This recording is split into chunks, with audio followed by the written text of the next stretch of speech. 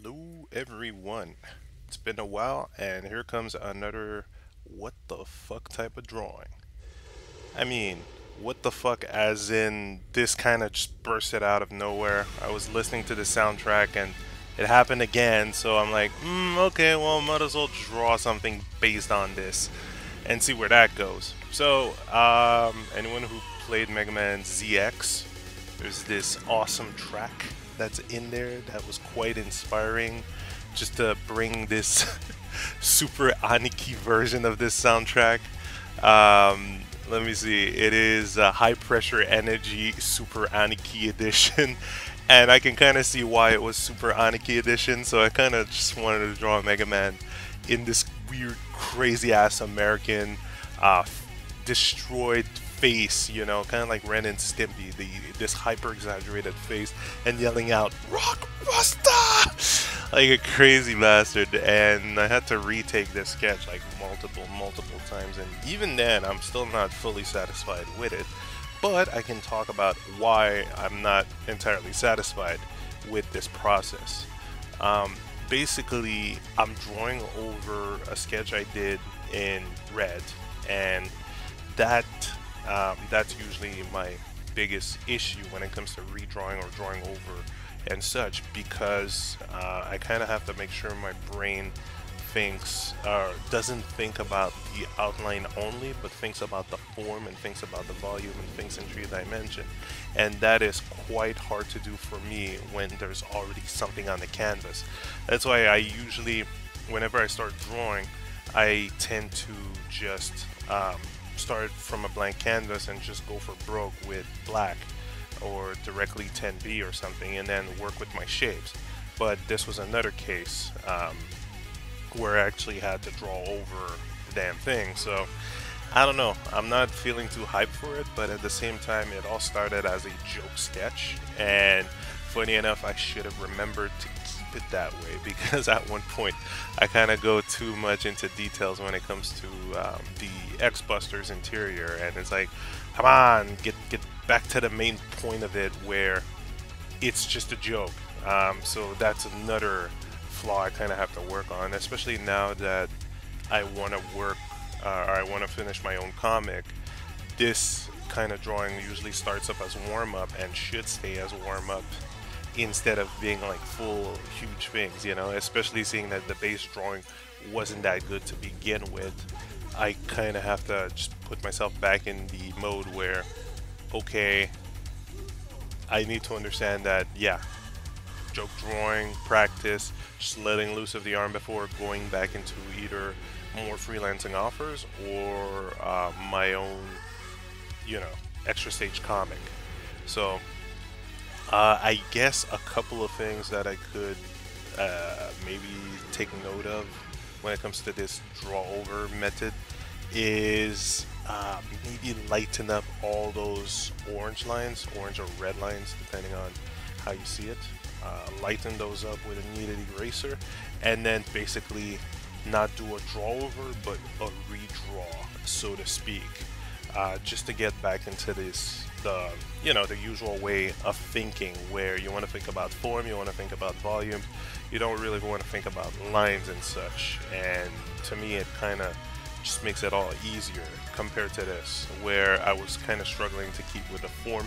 And there's always this stigmatism where you want to stick with the form, you don't want to go outside the line that you already drawn, but that's just fuck that. You throw it out the window and you go for broke. If the sketches turns out bad, well, too fucking bad, you'll do another one. Like, you don't want to restrain yourself via your old sketches, or let's say your old lines, because even if you did this like 30 minutes ago, it's still considered an old line. You just want to remember that the figure and the form and the elements are what you want to focus on, not the line. The line usually comes in like way after you settle down everything properly, quote unquote, with what you're seeking. And of course, it's I wasn't really trying to go for an animation drawing in a sense, where of course there would be a phase called cleanup, and this is where this kind of thing would happen. But hey, again, unplanned, unverified, and Well, you know, in the end, it was kind of a fun experiment, mostly kind of reminding me that I kind of have to work on calligraphy and making fonts. And when it comes to fonts, okay, definitely you want to go over your previous or slash old lines because those are guidelines you've set. But when it comes to the rest, you know, just go nuts. And again, I should be getting back to Extra Stage. I did work some more on Extra Stage, and you know, I'm down to a 1-week deadline, so I'm going nuts and doing as much as I can in as little time as there is.